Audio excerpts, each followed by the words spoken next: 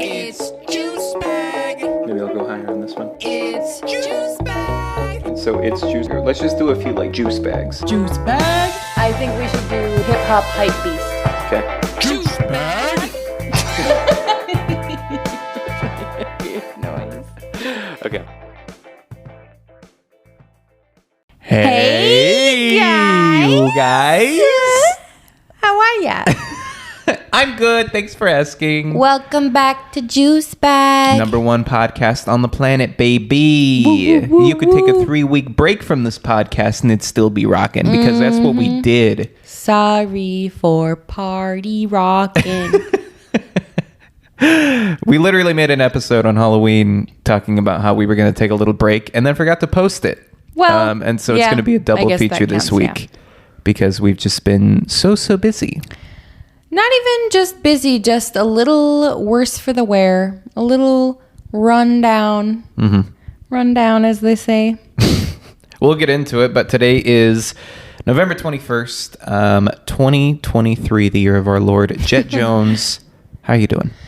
Oh, golly gee. If we're going to do my juice bag rating, I would give myself a 6.5.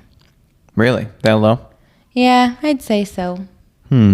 Mainly, all the girlies will get it. It's just like right now, for the past like 2 days, I just have had that like threat of a lump in my throat of just like sadness that I know is just strictly hormonal. And I think everything for me is out of whack hormone-wise and like circadian rhythm with like the sunshine and stuff, because as you all might know, because we talked about it in the episode that we will post, that I went to Africa. So that's still kind of chasing after me in all those facets. So Yeah, your circadian rhythm's all effed up. You're still kind of jet lagged. Yep. You did cry last night. I was going to did. ask you why you cried last night. I wasn't quite sure. Well, I thought you were just being really nice to me. And Oh, that was why? I think that was the first time that I had felt actually relaxed for the first time since coming home, where I felt the option to let the way I actually felt exist. Wow, that was way deeper than I thought. Really? I thought you just thought of something sad or something. Yeah. No, it spiraled from there because it just opened the window, for other thoughts to come in. Like you gave me a foot rub, which was really nice. And that got me a little teary-eyed because I thought that was just a very nice thing for you to just offer up selflessly and romantically, because you knew I was having kind of a hard day.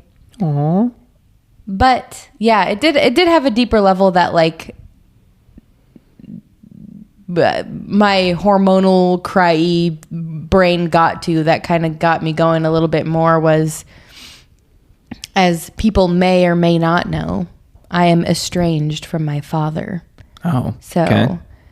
one of the things that we did growing up, I think it's just because we played a lot of sports and we all had different aches and pains a lot of the time, where we'd give each other foot rubs. Really? Yeah, so we'd get out the lotion and rub up each other's feet. And it was just like a sincere act of just like selfless, like adoring care for... Wow, that's really sweet, actually. Yeah. I had no idea. Yeah, we used to, so a lot of the time we'd be doing it for my dad, and my dad would also do it for us, like if we had a tough soccer game or if our feet were aching for any reason or anything. And so, I don't know, my mind kind of associated the two, and it's getting me a little teary-eyed right now just thinking about it. Let's not then. At least for the podcast. Yeah. We'll talk about it I later. can get past it. Well, But good. yeah, so that kind of, in my weepy state, made the neuron connections that attached the two things, which was all pleasant thoughts, but obviously has some heaviness to it as well. So I understand. yeah. How are you? I am going to lead this. I'm going to lead us to the end. I'm doing a 7.5 is what I'm pretty saying. good. That's I'm pretty good. feeling like I'm on the upswing from our stressful week. I feel like we had a chance to talk this weekend just about how weird everything's been since everything's happened all the time. The holidays are really stressful, but I wouldn't want to spend them with anybody else but you. Yeah. And I think we both know that. And so just kind of realigning after your jet lag and you being gone for a week and me just kind of floating around like a weird lonely puppy is just, it's not when I'm at my best, but I'm feeling a lot better now. I'm feeling definitely in the festive mood. I think feel a little emboldened lately because I can tell that you're still feeling a little weird juice bag wise. And so, if I look at everything objectively, my free time has to get spent watching videos on a computer, and my work is pretty slow because it's the holidays and I really don't have anything to be stressed or upset about. I just get to eat bad food and sleep in for the next 3 days. So why would I be anything below a 7, I guess? Yeah. That's a good point. I think this long weekend with 2 days off this week for both of us, this Thanksgiving season is going to be amazing for me because honestly, I need to let myself probably nap and just baby myself, but also get back on track with my eating, because it's not that I'm necessarily eating outrageously unhealthy or whatever, because we've become an ingredient household. But something that's very important to me is my health. And this year has been one of the biggest triumphs of 2023 that brings me so much self-confidence. But after traveling to Africa, which was fabulous, it was for work. And so, as you can imagine, I ate out for every single meal while I was there. And so I just I know that I had gluten and dairy more times than I wanted to just because of the circumstances that I was in. And I've been able to successfully avoid it for so long. And then on this trip, it kind of, I could have been more strict, but I feel like my resistance, I just couldn't quite do it. For example, I'm going to complain about this one thing. That's okay. On my flight home, it was 2 10-hour flights and 1 2-hour flight. So I was literally in the sky for 22 hours. That's not counting layovers or time to the airports and all the stuff. So I'm pretty sure my estimation is that from hotel to home, it was a 30-hour travel day and a half for me. And I didn't really have time between my flights to plan snacks and meals. And I had the added layer that I was going through customs, so I couldn't just bring a bunch of snacks through with me. Yeah. And so anyway, on the plane, they didn't have anything for me to eat that wasn't gluten or dairy. And so I just kind of let myself eat what was there. And I feel like since that day, my brain receptors have changed. And I know this sounds so dramatic, so I hope people believe me and understand, but it reminds me and kind of scares me of how easy the slippery slope of being addicted to food happens for me. Yeah. Especially in a time where I'm feeling like a weak worm, juice back wise. And so when I allowed myself, or just succumbed to the circumstances, I suppose, to eat some ingredients that weren't healthy. Also, at that rate, I'll admit, I ate a stroop waffle. Because you did? You didn't tell me that. Because you had stroop waffle and you had on the gnocchi? Plane. Yeah. Bro. Yep. Wild child. I know. Here. And so for some reason, that kicked off my cravings again. And I feel like for the longest, I've told you about this before, where when I started my health journey, I learned it takes about 7 to 10 days for me to kick a sugar habit. And it's really hard. It's a very difficult 7 to 10 days. And I think right now I'm in the midst of it, but I've been sneaking in sugar here and there in coffees or just you've been having a lot of chocolate lately. Yes. I've been realizing. Yeah. My dark chocolate supply is no longer a modest nibble here and there. It's a half a hunk. Yeah. You know? And so thankfully we are an ingredient household, so that has protected me from, it being that bad. So I don't feel like I'm in the hole by any means health wise, but I think today I've officially realized that I need to reset my thinking to a not allowing myself to just indulge in any craving that I have, which has been kind of difficult since getting back. And I was privileged enough while I was in Africa to eat a lot of great meals out, and I did stick to my dietary restrictions as much as I could. But I think with portions rising and my sugar intake and ingredients that I couldn't control, it really just set off. I don't know if it's my body. I don't know if it's my brain, but I am a Whole Foods girl and I cannot be messing. Yeah. And I think this has just been a reminder for me to take it so much more seriously, and treat it like a lifelong thing. I'm not just going to fall off and stop doing this at some point, because it's literally changed my life. And feeling how I've been feeling in the past couple of days since I've been back, I know that there are other reasons besides food, but it's just a reminder that I don't want to live in that state, and I want to be,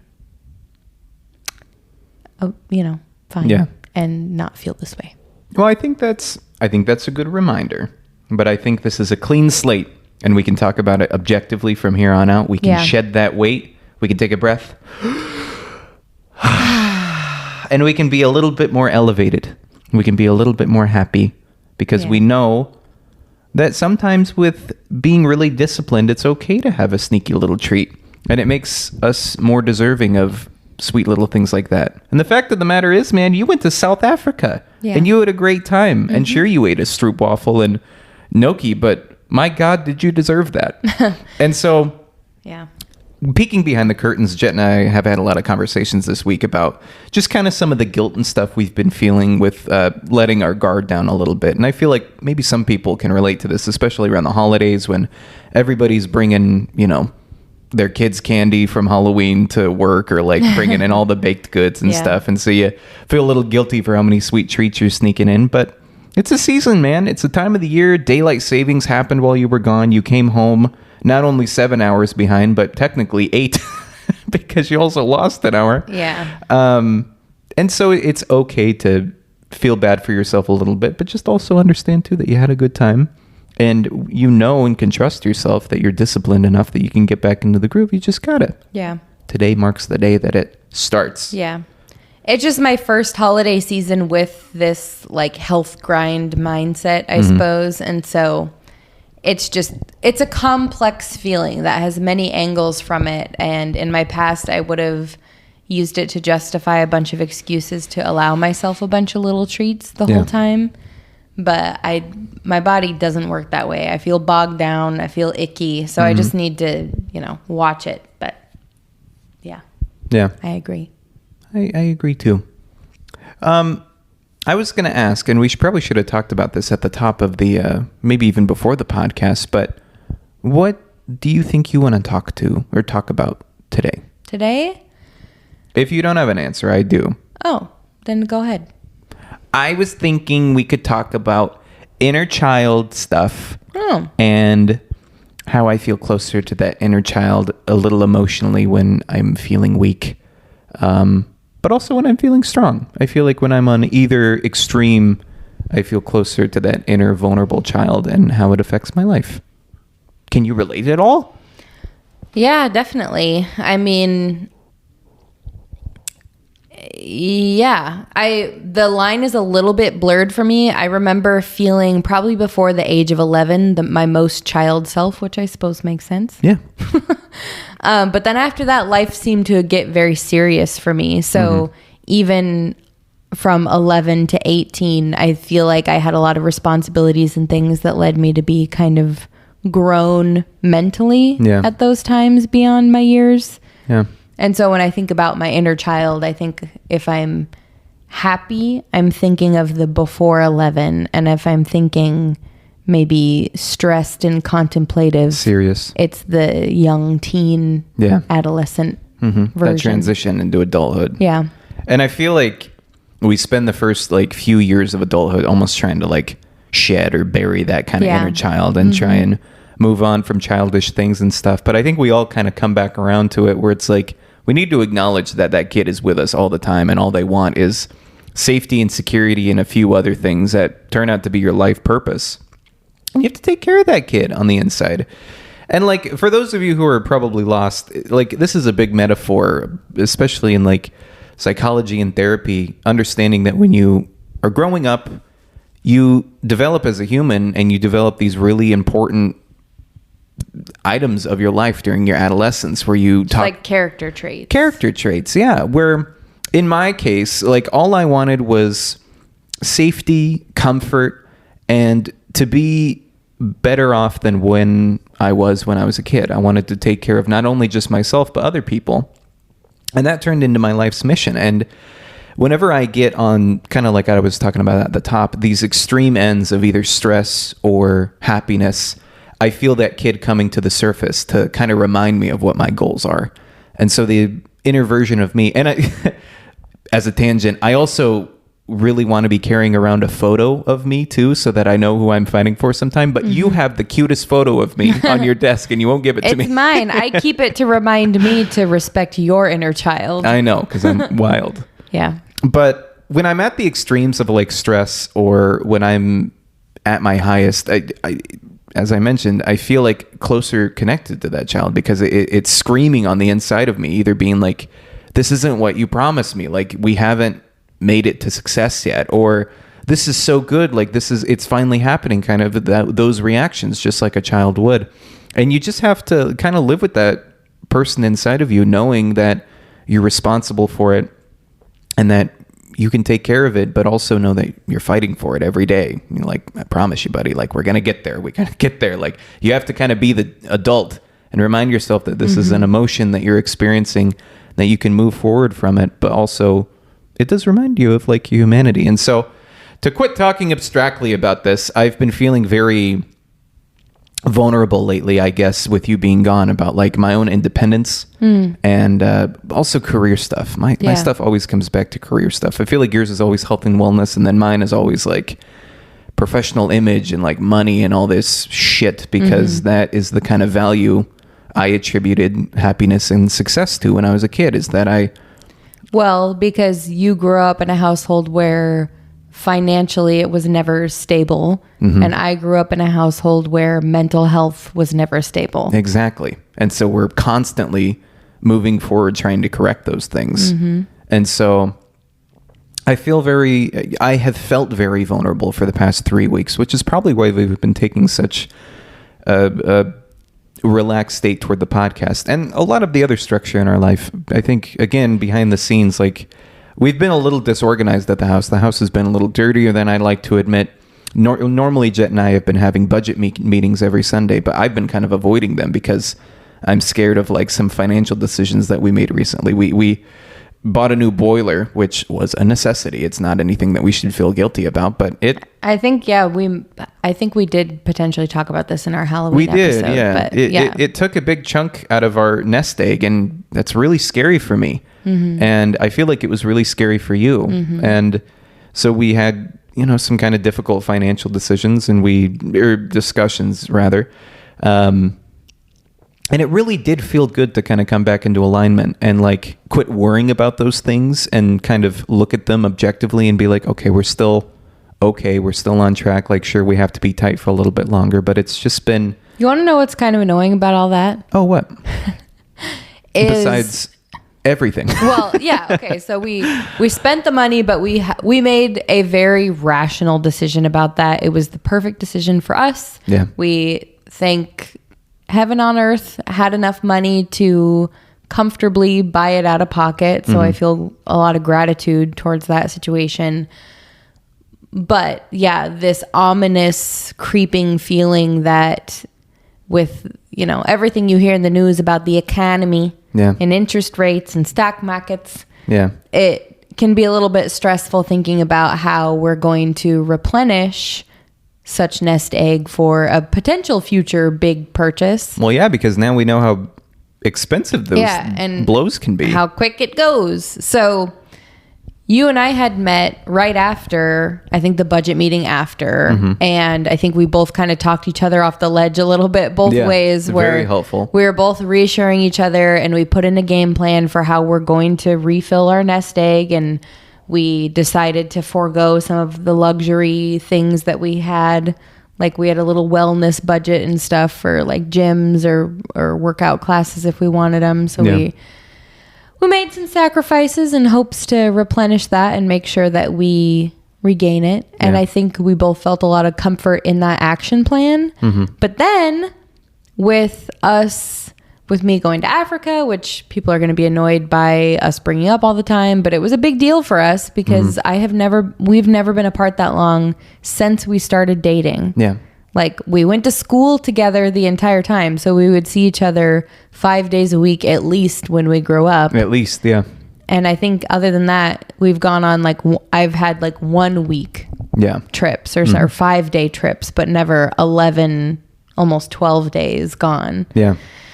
And so I think that really threw off our mojo, our like routine. And then we fell out of touch with like reassuring each other with the plan that we have. And I think I'm just kind of realizing in this moment in time, I think something that you and I could be doing for each other that would help each other is just attempting to reassure each other always with like actionable words and callbacks to our situation, not just like it's gonna be okay. Because like when you hear that, it sounds like a woo-woo thought. Yeah. Not it's a big nothing. Yeah. Instead of being like, okay, let's regroup. We talked about this. We have an action plan. We're gonna make some sacrifices, and then once that's back, it's going to be back and it's going to be fine because we have a plan. And that plan means we'll just be creative, in that meantime. And we won't just laissez-faire book a luxurious $50 workout class or something. Like we'll just work out at home. Yeah, totally. So, and it's not that big of a deal. And then we could stop worrying so much, No, I do get that. And that's a lot of the financial stuff, which I feel like, once you think about it, it is just math, and it's not as stressful as I thought it was. It was this big scary thing until we looked at it, and then it was taken care of. But we have our waves. And I feel like, especially with my juice bag being affected by, it being dark at 3:00 on the East Coast now every day. Like I said, I've just been feeling very vulnerable, not just about the financial stuff, but a lot about like my own independence and like health and wellness of where I'm going, what I'm doing, and how I can do it and how soon I can do it. Because I'll tell you, man, I freaked myself out a little bit with like, when you were gone, I just felt like I was so less productive. And I feel like this is probably what they this is what they talk about with like extreme cases of codependency, which I think we do have some level of codependency, but I just felt aimless. I'm just kind of walking around the house like I said, like a lost dog. I just didn't really know what to do. And so I was way less productive than I thought I would be. And I spent a good deal of time contemplating that about why I was. And I feel like I don't know if I necessarily came to a conclusion about it. How does that tie to your inner child? How did that come up for you? It made me feel vulnerable. It made me feel alone again. I'm the middle child. I'm the dead center middle child. And so kids, I got the least amount of attention possible a child could get, but not in any bad way. I'm not calling out anybody. It's just that's a very vulnerable place for me to be in. I don't like to be the center of attention, but I also don't like to be isolated. Yeah. And so, it made me feel very vulnerable, and it made me reflect quite a bit on how I could get myself out of this. And I guess I found myself a few times kind of arrested by indecision. And I spent more evenings in than I would like to admit. And yeah, I feel like that's so funny, actually. Why? I'm having a funny feeling moment right now. Ooh, I love these. Hit me. So you were talking about our inner child, and you were talking about how you were feeling vulnerable, which you attached to, your childhood. and how in your childhood finances and stability weren't really there. Yeah. And so when you're not feeling productive, it kind of plays into that weak point that you have, which is like your worthiness based on your level of achievement. Yeah. And so you're kind of floundering with that. Well, concurrently and equivalently as heavy sounding, I was doing my version of that, which is with mental health and health being ignored in my family. And I feel a little bit separated from that. It's really wearing at me in that vulnerable way that you're talking about that makes me feel like a weak little worm who is just eating all the mud pies and it feels ashamed about it, but also can't stop, you know? Yeah. So I feel like we're equivalently experiencing some funny feelings attached to some of our weaker parts. And that's, I guess, I completely agree. I guess that is what I was trying to get at, but going way around, doing the long road to get to that point, which is, yeah, I agree. And what I've been kind of freaked out about is the conversation I feel like maybe we need to have about our own independence and how we can, because what we normally do is that we are going to be the ones to pull each other out of this. And we've always relied on each other to pull ourselves out of this. And that's what the relationship is for. But also, if we're separated for a longer amount of time, I don't want to have to relive that week again. Yeah. And I'm sure you don't want to have to come back and feel the way that you do, feel this misalignment because we're missing our person. Mm-hmm. And so I guess maybe this is a realization that we should start doing some research into a little bit more individualism, self-sufficiency, and things like that. It's kind of a chink in the armor that we could deal with. Or like now that we've identified it, we can kind of make it stronger. To live react to that, I honestly don't think that's a codependency thing, though. I think those are our own personal issues manifesting themselves. I don't think it's because of independence. Like, in that point, in all honesty, while I was gone, I think you could have potentially taken some initiative, and that doesn't have to do with me being gone or not. Well, that's the thing, though, is that I wanted to do stuff, but I didn't because I just couldn't find a point to. There was nobody to do it for. You know what I mean? I guess. Yeah. Yeah. That's what I'm saying. But that's what's freaky. I don't feel that way, though, so I guess I don't attach to that. Like, I know. I'm not going to lie. I was busy. I wasn't really thinking about y'all too much, and I was feeling pretty independent doing what I was doing. I understand. And so maybe we don't necessarily relate in that way, but I guess I'm expressing my vulnerable thing, which is that, I freaked myself out a little bit by how unproductive I was when you were gone. Yeah, I understand. And I got pretty freaking sad. Yeah. I got pretty freaking sad. I missed you a frick ton, dude. Yeah. And it bothered me. Yeah, I'm sorry. I didn't know that. That's okay. Didn't know that happened. No, I just... That's how you're feeling. I'm not looking for an apology or sympathy. I'm more bringing it up as kind of a flashpoint in my own journey to realize that this is something that I think I need to deal with and that it's been highlighted for me. As you mentioned, it's kind of an anomaly. It's the longest we've been separated together. And now I know that when you're gone, if I'm not careful, this mopey Dakota can come out. And I don't like him to be around. I don't think you like him to be around. I'd like to stay strong for you and stay strong for me. And so I feel like I need to work on that. And so what I was talking about at the top is that I felt like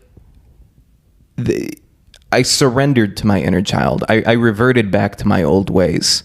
And I feel like you did too. You were eating the kind of guilty pleasure foods, and I definitely was too. I ordered a pizza for myself, and I played way more video games than I ever should have, because that's what I used to do when I was a kid, was play video games and eat pizza to avoid my problems. And so it's just funny that we revert to those things if we're not careful. Yeah. And so I feel like triggers can be sneaky and get to you, but the quicker that you can identify them and correct yourself is the more mentally strong that you're going to be. And I feel like I at least did a good job at understanding why. Even Yeah. in the moment, I'm like, oh, this is some weak sauce. That's how I feel juice too bag lately. bullshit, Yeah. and I need to get over this Yeah. right now. Yeah. And I was able to pick up my attitude toward the end of the week, and I was having a good time. I was singing in the shower, started working out again, and all that stuff. The Thursday, Friday, Saturday while you were gone. But the first part of the week, I was like, no, this really sucks. And then I identified it, course corrected, put that baby to bed. And then I felt a little better. So Yeah. Yeah. One of the hardest lessons I learned this year about productivity and self-confidence, it sounds like that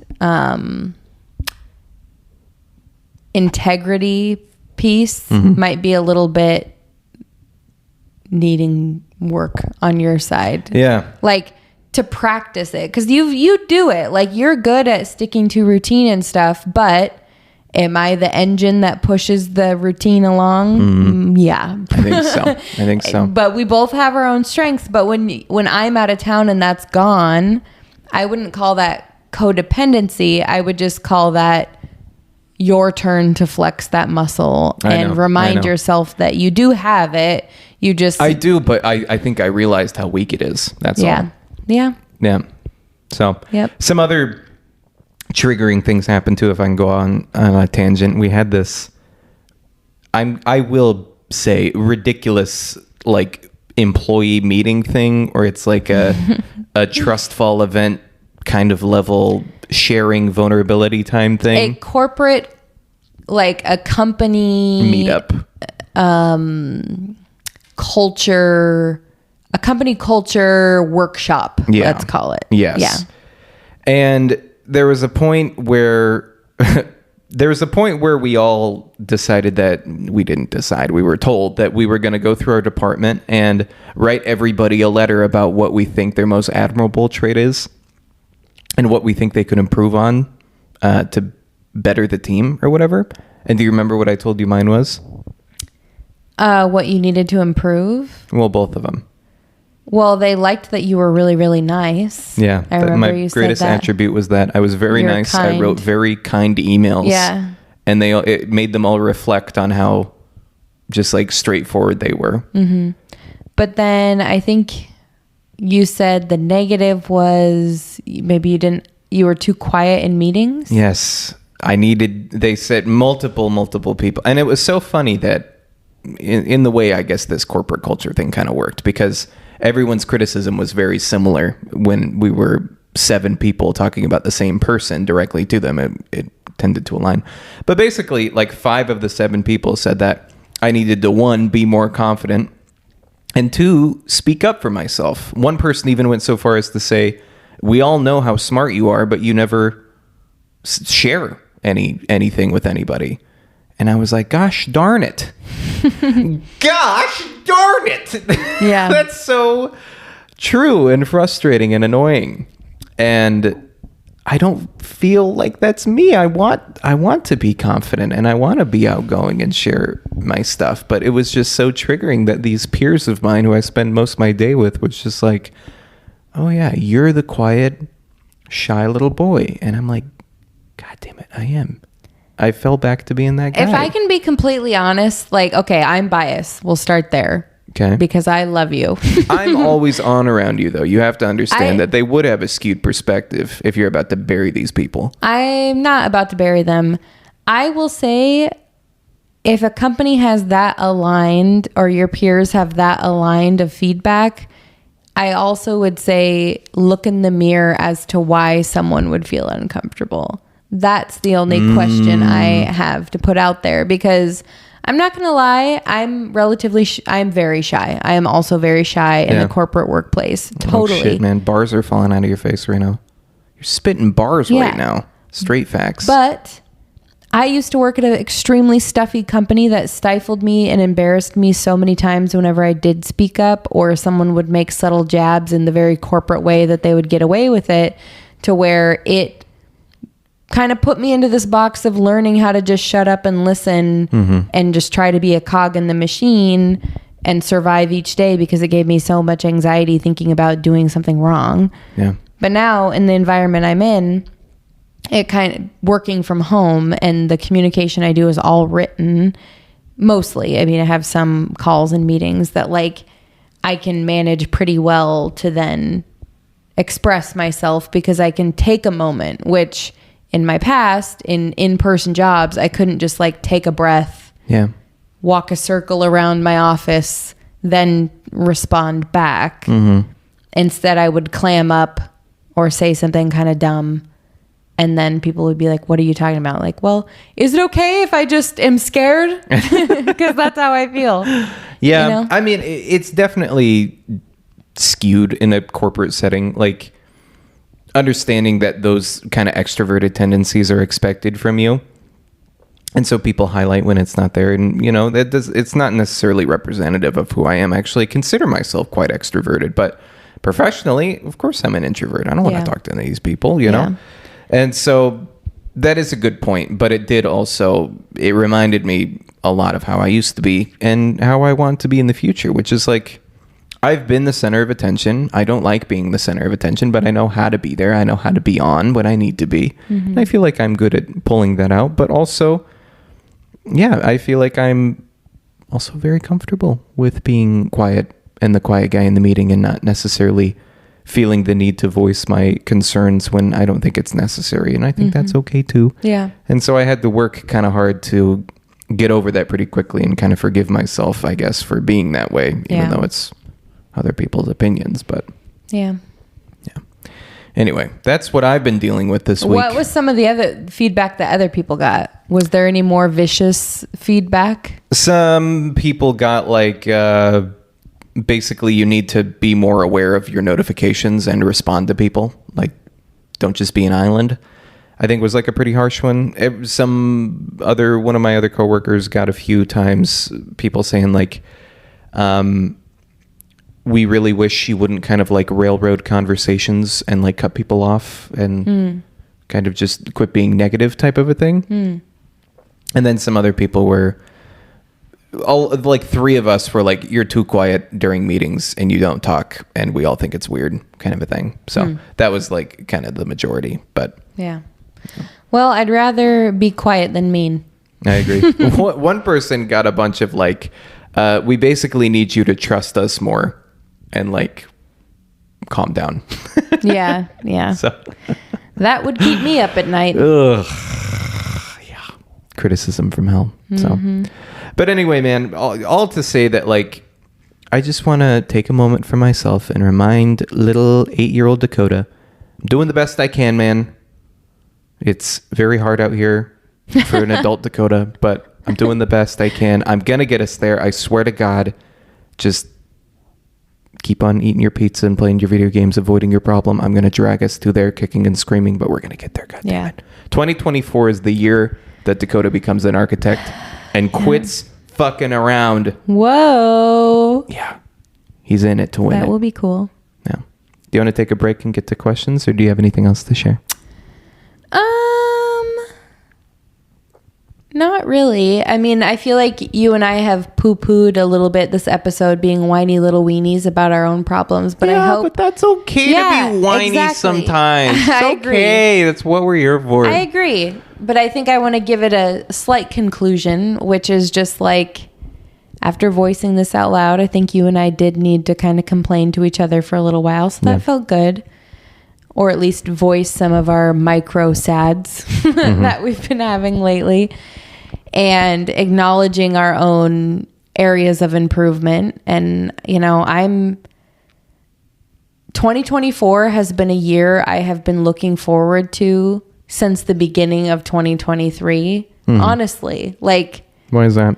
Because I knew for me, 2023 was my cocoon year and 2024 is my butterfly year. Oh. Yeah. I kind of... Can I adopt that now? Yes.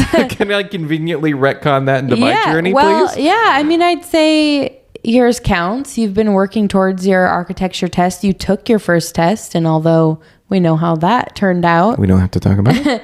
You're making strides. Like, I feel like you're doing really well. And I think you and I, although we may not... Maybe this would do much better. Like, I won't get too deep into it now. Maybe we should have a New Year's episode where we reflect fully on our year. But we have come so effing far from who we were a year and 3 months ago when we moved from the West Coast to the East Coast and took an independent journey into discovering a whole new life in a whole new town in a whole new section of the country with all new people and all new jobs and an all new house. And the only thing that stayed the same was our 4 pets and me and you. And I feel like we did pretty freaking awesome. Yeah.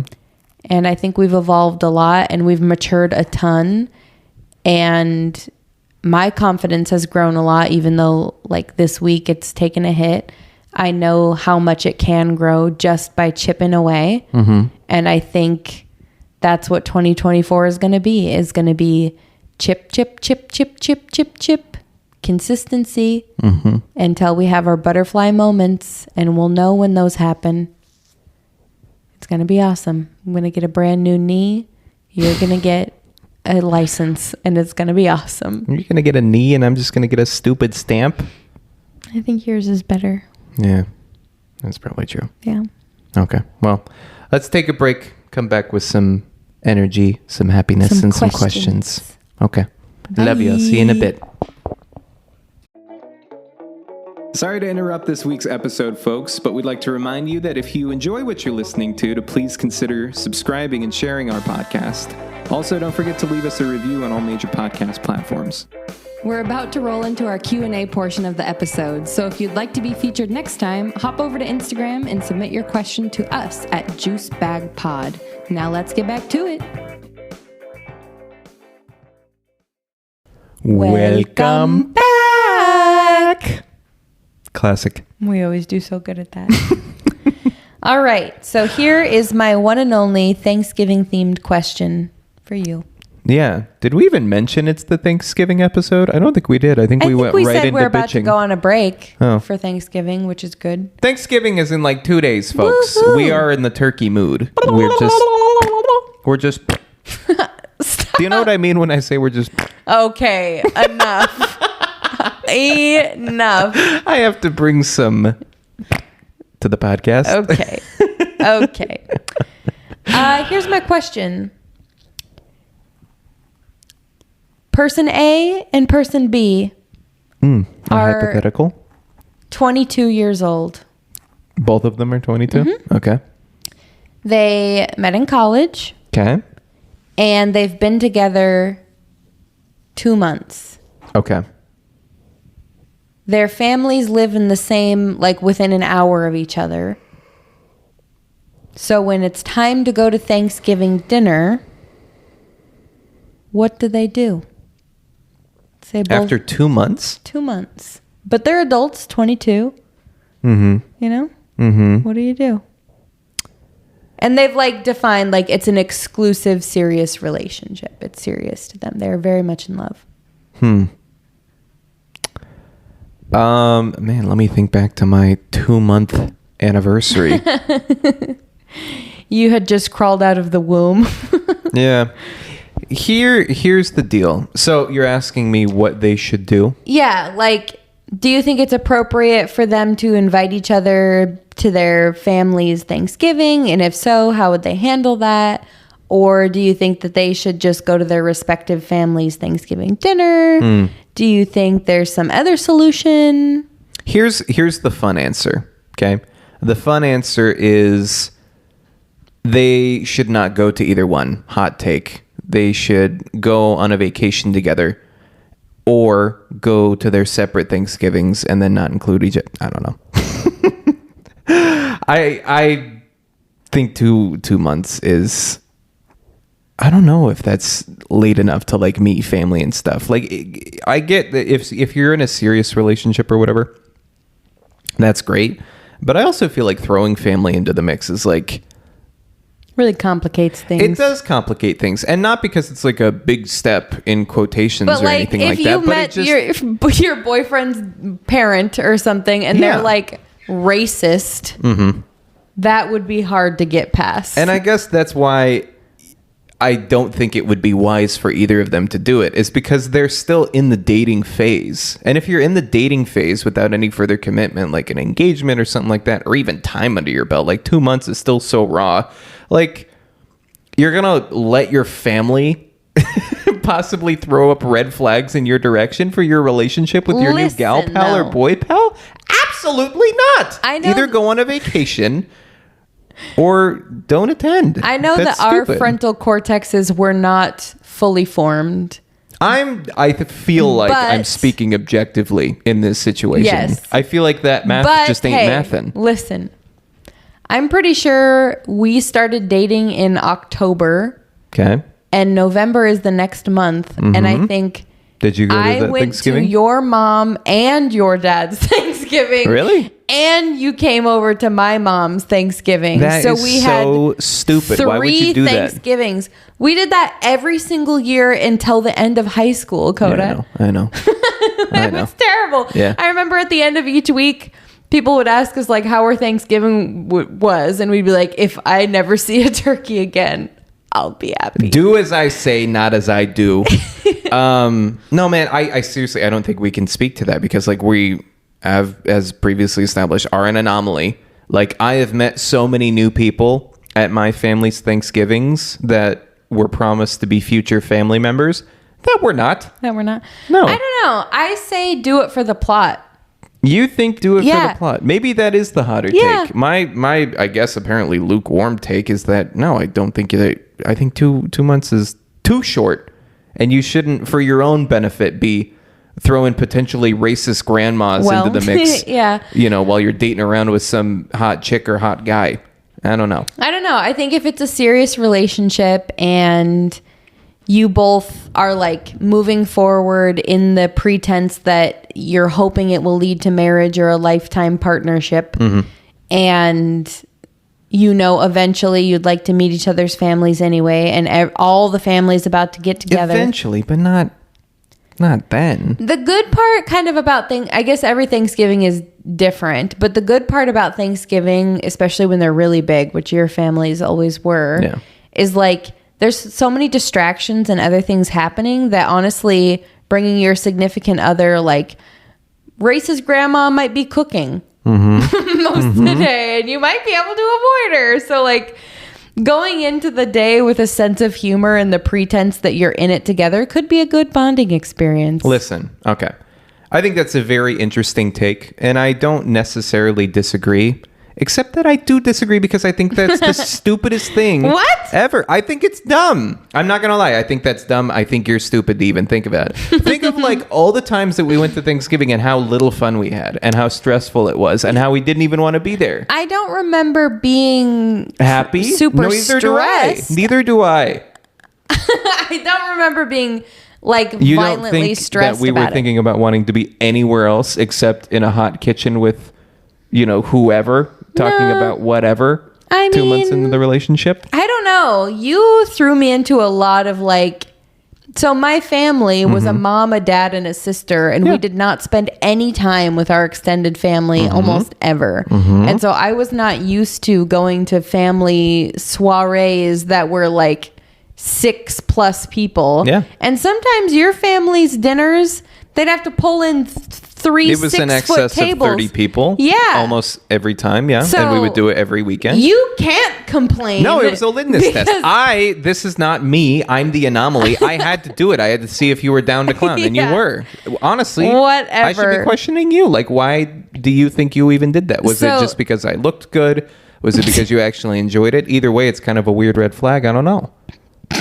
Whatever. I feel like I was down and you treated it at the time so casual. You're like, yeah, come to my family's Thanksgiving. It'll be fun. I'm like, okay. And then I'd show up and then everybody and your grandma's best friend and your uncle's best friend and the cousins and the cousins' kids and whatever, we're all there. So I guess I'll change my answer to like, unless you are actively quizzing this person that you're dating to see if they will fit your lifestyle, I wouldn't do it. Yeah. But if you're playing 3D chess like I was when I was 13 years old, I think you can do it. If you're that smart, if you're that Okay. educated. I think we've bantered enough, but I think Long story short, I think it depends on where your relationship stands. And my argument is, if there's a sense of humor and you both are in it together, do it for the plot. And Dakota's is 2 months. avoid dude? it. Yeah. No. I bet you don't even know that person's middle name by then. I think you would. Okay, whatever. Anyway. Write in who you agree with. I bet I'm going to get a lot of support letters. We'll see. At least 100,000. Well, speaking of Thanksgiving, Mm-hmm. what are you grateful for this year? My God, dude, what a segue. I didn't even see that coming. Really? Really? What am I thankful for? I gotta say, I'm thankful for a lot. I know I'm having a bitchy day. I'm complaining, feeling punchy, all that stuff. But I'm just really thankful for how much better I feel. Like, day to day. Like, on average, I just feel better this year than I did last year. Yeah. And That's so true. Outside looking in, you're doing better. Way better. I know. Yeah. I know. Mental health wise, all that. No, I mean, I seriously am. Mental health wise for sure, but just like how my days are going and like with my job and with my friends and like, God, living a life that has boundaries in it. Like, I don't necessarily feel guilty that I'm not hanging out with my friends every single day. Like, we're really good friends with our neighbors. And like, you know, I'm not texting them every day, but we're having Thanksgiving with them. And we have these other two friends that like we hang out with pretty consistently, but it's like not like tons of pressure and stuff. And everything just seems to be going better than I thought it would. And it wasn't how I used to do things. And I used to be really anxious about how I did stuff because I was always nervous that it would fall apart if I didn't pay attention to everything all the time. And so it's been nice to like relinquish some control while taking control of other aspects of my life that I was ignoring, specifically like my health and stuff. And it hasn't blew up in my face. If anything, it's gotten better, specifically with like social events of my life. And so I'm really grateful for that. And I'm grateful for how the year's going. I'm grateful for all the work and all the cocoon years I put myself through so that I could be a butterfly for half a year and then go back to trying to learn architecture again. Seriously though, I was in school way too long and I was cocooned out of my ass, and it's felt good to spread my wings. It's been nice. What about a little you? adventure. What are you thankful for? I am thankful for working from home. Really? That's Yeah. top of the list, huh? Yes. Well, besides all of the obvious things, the reason why I honestly kind of surprised myself by saying that working from home is so big. But without working from home, I'm a highly sensitive person. I am, even if I don't show it, the way I show how sensitive I am is through being reserved. Yeah. And I hold back a lot of the time because there's just so much stimulus. I'm just attempting to take it in and absorb and exist, I guess, without blips or my involvement. Yeah. But from working from home, that allowed me to do everything that I've been wanting to do. And I know that it's going to facilitate even more. Like, I know I can be using my time even better, and gaps between work or, you know, my days afterwards or the time I would have used to commute to do so much more. And I've already done so much more in this cocoon year than I had even envisioned would be actually possible. And I think in 2024, it's going to be even better and allow for some great things. Like, we could probably talk about this in a year's end episode, but we're working on our year calendar. And we're setting some fun goals, and I still have to stew a little bit more on some goals for next year. But I think that's actually a good thing to be thankful for. I always discount how many benefits there are to working from home. It's truly a privilege. Yeah, I with get to this cook whole my meals. Talking about like juice bags being subject to like outside environments. Like, you're in your own world that you've created for yourself. Like you're in your own self-sustaining office. Sure, you might get a triggering message every now and then, but at least you're not driving in Philly traffic and being exposed to other people's emotions like I am on a daily basis. It's truly, it makes me jealous actually a little bit when I think about it, even though I willingly walked away from working from home. But the reason I'm very happy for you. Yeah, so that like eating at home, having like a more balanced lifestyle that's just a little bit lower energy to absorption, like from outside sources. The other thing I'm grateful for, and this might be not a surprise or a surprise, is Vito. Oh, yeah. And it goes hand in hand with working from home, but I just feel like I get to spend so much time with my little pug. And he's such a sweet, vulnerable little soul who's taught me honestly so much. I don't regret getting a dog at all. Sometimes I do wonder if I regret getting a dog because he's a lot of work and you have to watch him constantly because pugs are super stubborn, and I would call him 90% potty trained, but 10% not because he just likes to like go rogue. But I've learned through Vito that this like concept that's kind of come to light for me very clearly in the last week is this thought of like all that life is energy management, and he is the embodiment of that. He's just a little pug, so it's not super hard to learn how to manage his energy and like how to feed him and how to walk him and how to care for him so that I get the best version of him, where he's cuddly and wants to take naps and is a good boy. Yeah. Like the cuddly good boy comes after 2 walks, 2 meals, and some like brain stimulus training. Yeah. And then after that, he potties in all the right places. He takes naps and wants to cuddle me and hug me. And it's the cutest, sweetest thing. He seriously is. I don't think dogs get enough credit for how accurate of barometers they are for how well you're doing in your life and keeping to a schedule. Like, like you said, if you're taking care of him, he's taking care of you. You know, if you're taking him on the walks and stuff, he, like you said, he potties in the right places. He's so much more forgiving. And if you're not, he's an absolute terror to be around. We call it gremlin mode. He's a gremlin. He just wants to bite you. But, not really, but something about, like you said, him being a barometer or a measurement, he's almost like our what do they call it? A mine canary or whatever. A canary in a coal mine? Yeah. Yeah. Where he reflects back kind of how well we're doing and reminds myself that I am my own barometer for how I'm doing. And I am also the energy I put in and get out. And seeing little Vito go on a 2-block little circle walk outside, being the thing that calms him into serenity and peace and snoring and sleeping and being so sweet and cute, makes me remember that I've seen it proven time and time again through science of walking my dog that exercise is amazing for your health mentally and physically. And just watching him go through those cycles day to day is a good reminder for how that goes.